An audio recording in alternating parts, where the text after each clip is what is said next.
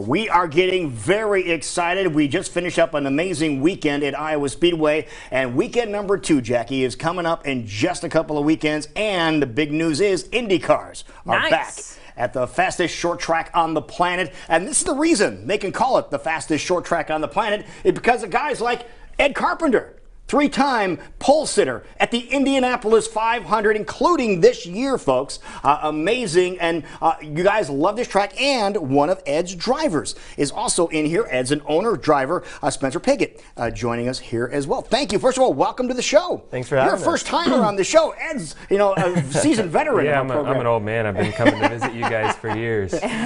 Very cool. But how fun and how excited are you to get back to Iowa to race at Iowa Speedway? It's always fun to come back here. I've been racing here since 2006, I think, when the race first started. So I've only missed one of, I think this is the 12th one we've had. So yes, it is. It's always an exciting place to come. There's a lot of great race fans here in Iowa. I came from a sprint car background, so this is obviously sprint car country with Knoxville up the road. But it's just a fun racetrack. It's a unique short track, super fast. Really suits our Indy car as well. And the support that the race and the IndyCar series has had from the Iowa Corn with the Iowa Corn 300 has been a great partnership and makes it fun to come back every year. There you go. But it's usually the speeds that gets everybody excited with the vehicles. How fast are we talking around that track with the Indy cars? We've got a new aero package this year, so I don't totally know, but I think it's around 170, 180. Yeah, probably over 180 average. It's fast enough, folks. Seriously, it is fast enough. If you're in the grandstands, which, by the way, very reasonably priced tickets to be in the grandstands too, you could see contrails coming off of the wings of the cars. Depending on the weather, if it's humid, Yeah, if it's humid, it's really cool to watch that. We do have some video of last year's race just to give you an idea of what this is going to be about. But Spencer, being at Iowa Speedway has to make you excited because I know you've been in a couple of divisions. You made your way up from karts all the way up to the upper level when it comes to motorsports. Yeah, I did. And, I've actually only raced at Iowa Speedway once in Indy Lights a few years ago. So this will be my first time driving here in an Indy car tomorrow when we test, and my first time racing here this season. So, it's a track that I really enjoyed in Indy Lights. Like Ed was saying, it's unique, it's fast, it provides great racing. You can go too wide around this track, so it's a lot of fun for us, and I'm really looking forward to the race. Okay, you just mentioned something that we want to make sure that we do point out to people. You said tomorrow when you test, because there is going to be a test session over at Iowa Speedway tomorrow, and the fans can watch. Edward from the backstretch, is that right, Edward? Okay, the RV area, yes. You can watch it from the RV area, so make sure you check that out too. So what are you looking forward to most about getting out there and finally getting a run on Iowa Speedway? The speed. I mean, in Indy Lights, I remember it feeling very fast, but Indy cars is just a whole new level. We're going a lot faster. The cars are harder to drive. They're heavier to steer, and there's going to be a lot of competition as well. This year has been incredibly tight, so every little thing matters, and especially at a short track like this, you're fighting over hundreds of a second or just tenths of a mile an hour, so you got to be just perfect. Okay, we're going to compare what your experience was just a couple of days ago when you were over in Wisconsin racing at Road America, and we have the results here to see how Spencer did. He didn't do too bad at all. You finished in the top 10. That is very impressive. Look at this. Again, 8th place. So great job out of you, back and forth, shifting and doing that type of thing in a car compared to this. What's the mindset? Oh, it's a totally different track. Totally different mindset. Iowa Speedway, you're going fast the entire time. It's all about, fine-tuning the car and making small adjustments with your driving. At Road America, you're braking, you're downshifting, you're accelerating, you're trying to outbrake other people. Passes at Road America can usually only last for one corner, but getting by someone here at Iowa can take 3 or 4 laps running side by side. So it's a totally different mentality, totally different style of racing, but I think that's what makes the Verizon IndyCar series so unique, is that we're racing at a 4-mile road course one weekend and the next a short oval. There you go. So, but Ed, you are very versed on these tracks. You love places like Iowa Speedway. Compare that to the run you had in May at Indianapolis Motor Speedway when you're the only guy that was able to go over 230 miles an hour in qualifying when you snagged the pole for your 3rd time. Like Spencer was saying, they're all so different. A track like Indianapolis is 2.5 miles long. The lap time's about 40 seconds, and the surface is perfectly smooth still. Here at Iowa, even though it's still an oval, it's a lot smaller, 15, 16 second lap times, a lot more bumps on the surfaces. So it's similar, but it's still a different driving style, and that's what's so challenging about this series is from short ovals to super speedways to road courses to temporary street circuits. We have to deal with a lot of different types of circuits, but certainly Indianapolis, you know, is always going to be my favorite.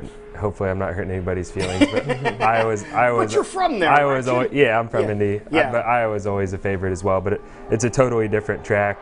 We've been fortunate enough to win the Iowa Corn 300 in 2016 with Joseph Newgarden, so we're hoping to add a second trophy to our collection. It's an awesome trophy we get here, the little gas pump, so hoping to have another one. Yeah, and that was when Joseph was just really having a great time. What he led the majority of that race, didn't he, like 280 some laps? Yeah, he destroyed everybody, myself included.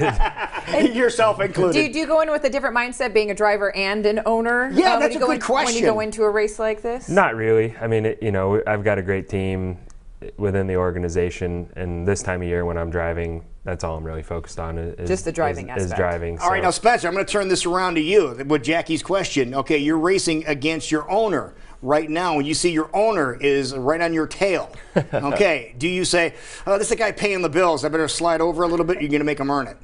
You always got to race hard, but obviously, you know, with teammates, you err on the side of caution. Let's just put it that way. And you know, the last thing you want to see is two team cars, two Fuzzy's Vodka cars in trouble. So you know, we've raced side by side a few times this year, and it's been a lot of fun and haven't had any issues. So I'm sure it's going to stay that way. Yeah, and you mentioned Fuzzy's Vodka. That's a partnership you've had for a while, and that's real successful, isn't it? Yeah, I mean, we couldn't have started the team at Carpenter Racing without Fuzzy's support, and they've got a lot of good friends in Ohio, so I'm sure you'll be able to find the product around town. Usually you can find it at the Hy-Vees in Iowa, especially around the race. And when we come back for the actual race event, July 6th through the 8th, I know we'll have at least one bottle signing that Spencer and I will be at. So they've been a great partner, and I couldn't do what I do without them, and certainly Spencer couldn't either. No, you guys are going to be on the track racing. The big event is going to be on Sunday, but when do you guys actually get on the track for the Iowa Corn 300? I mean, it really starts tomorrow, like Spencer was saying, but then after that,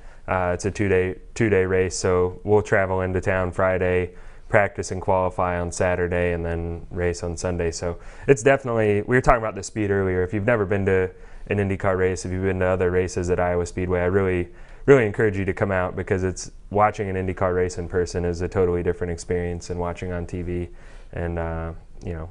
Now, when you guys come to places like this, do you guys have a chance to relax at all and get a breather? Of course, you're going to be qualifying in Spencer on Saturday, so you get all that done behind you. You finish qualifying, you park the car. Do you ever have a chance to just sit back and relax afterwards?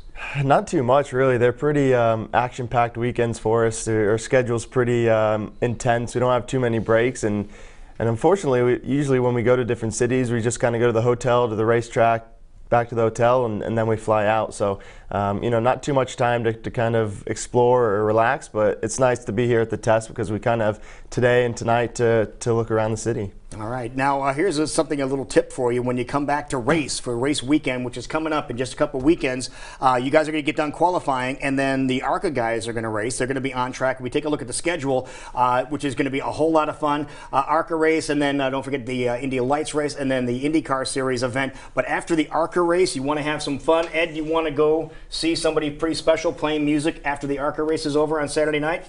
This dude is going to be playing a concert right behind. So, again, Ted Nugent is going to be on stage after the race on Saturday as we get set to rock and roll on Sunday with the Verizon IndyCar Series. Really looking forward to having you here, man. Great job. Thank you. Thank you very Ed, much. It's always a pleasure to have you in studio, and always a pleasure to see you on the track. And you're such a fan favorite. Oh, thanks. Good to see you again. There you go. So what's on the agenda for later on today? Where are you going from here?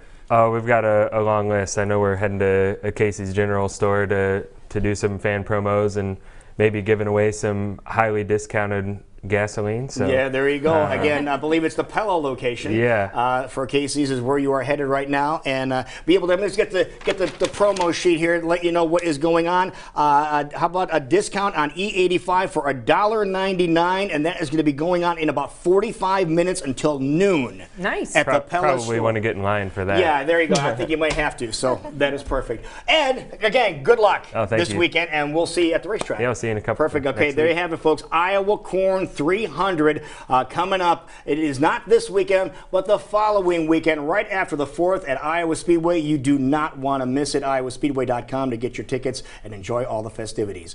We will be right back.